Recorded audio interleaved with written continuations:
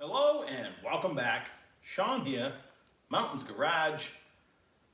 Tuesday evening, nearing sunset.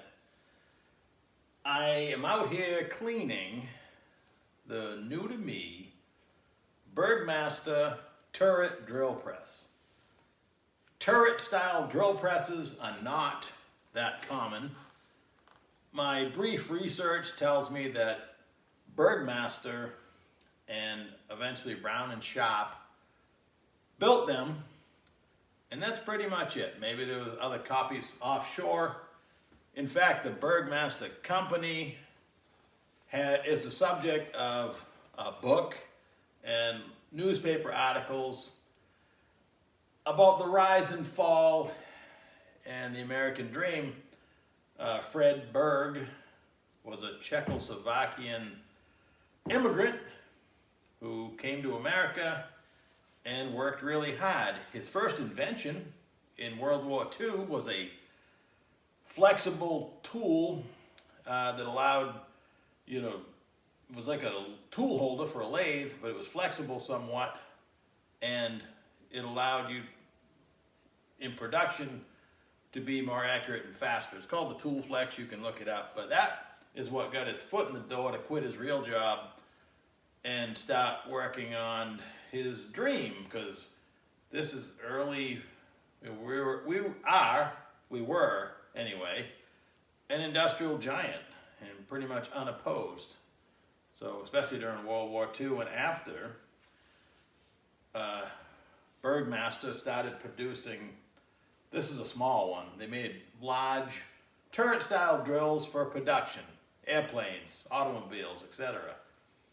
And each one would be set up to do a certain job, and every time you raise the handle, it rotates one position clockwise and starts the bottom one turning. So once you have your piece that you're going to make 1,000,000 of jigged up, and you got your correct drills and tapping heads, there's 2 tapping heads on it, you can have 6 functions in one machine. Hopefully you can finish the part in those 6 steps. And before the days of CNC machines and everything that happened between then and now, so we're talking right after World War II, throughout the 50s, Burgmaster was on a steady climb. His machines were popular, had a great reputation, etc. In mid-60s, they did allowed a buyout. They were bought out by a different company. The beginning of the end. Again, it's very fascinating. And by the mid-80s, the machines were potentially, even this machine seems to be 1987. It must be one of the last ones ever made. In fact, the entire contents of the Burgmaster factory are auctioned off. This could very well be part of that. The Mitsubishi motor on it has a 1987 tag on it, so it's definitely late production. The whole thing could have been made in Japan, because they're eventually bought by a Japanese company. So it's a fascinating story if you're into, business and the rise and fall of greatness here in America. But the reason I have it is I saw it on Facebook Marketplace last weekend. I had saved it a few weeks before that. Initially it was listed for $3,500.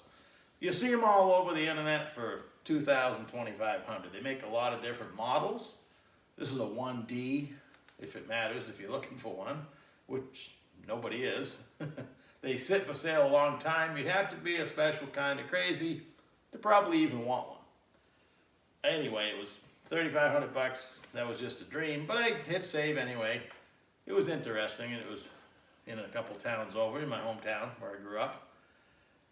And last weekend when I saw it again, it was now down to $1,000, and if you read it, it says make an offer. I just texted the guy and said, what number buys it? And I bought it for $500. Pretty much sight unseen, and I'm happy with what I see. My intent was to just bring it home, plug it in, and show you how it works. I saw it. It was plugged in when I picked it up yesterday morning. But unfortunately, I got it home. It's never been cleaned, probably, I don't know. The gentleman I bought it from a place in Boston that had 9 of them. And they didn't use them a whole lot, I don't think. So I've cleaned this area. You can see how it's going to look. And this is how it looks now. Greasy, everything on the top of everything, like happens here in my shop.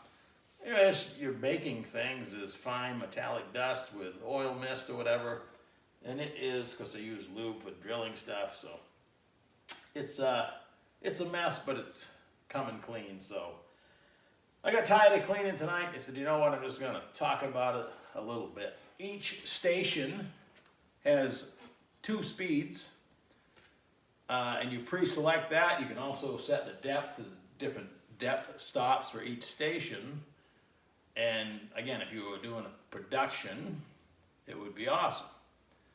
For me personally, I looked at it and I can drill holes with it.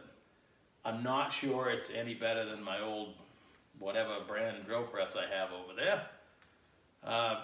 Way back when I was a kid, my brother and my father both bought Champion, I believe is the brand, drill presses, bench models. My brother still has his and uses it. That was big news when I was a kid. Like I told you, I remember I bought my first hacksaw after borrowing my dad's, and having a drill press. And back in middle school, it seemed like that was like a machine shop. We could actually drill holes and stuff. So I've only ever owned the drill press I have over there.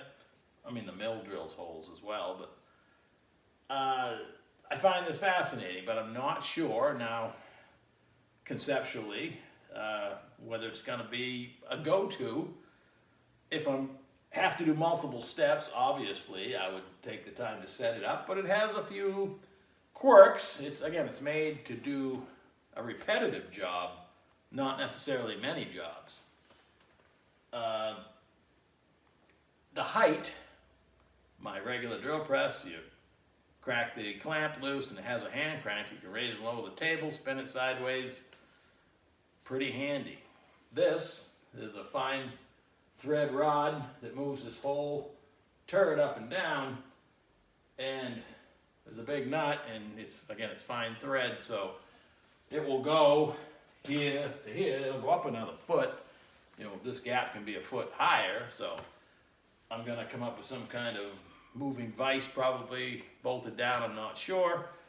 I want to make it as user-friendly as possible. Time will tell. It is nice and quiet. It's really cool when it switches stations. Again, all you do is touch it up.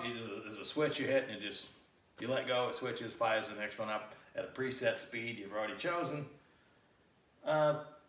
We'll see. But I can already tell you, it's 3-phase. I have a American rotary phase converter that I run the lathe and the mill on, and my Kidder notcher, and this will run on it. It'll plug right in. But when you have 3-phase equipment, it's another step. If I want to drill a hole now, I walk over to my old drill press. It's plugged in. I just put a drill bit in it and I'm going. This, I may have used the phase converter for something else, so I gotta mess around with some. I just have each machine has a long cord, and I plug it into the rotary phase converter. I could wire it up so each one had their own plug, but we're not there yet.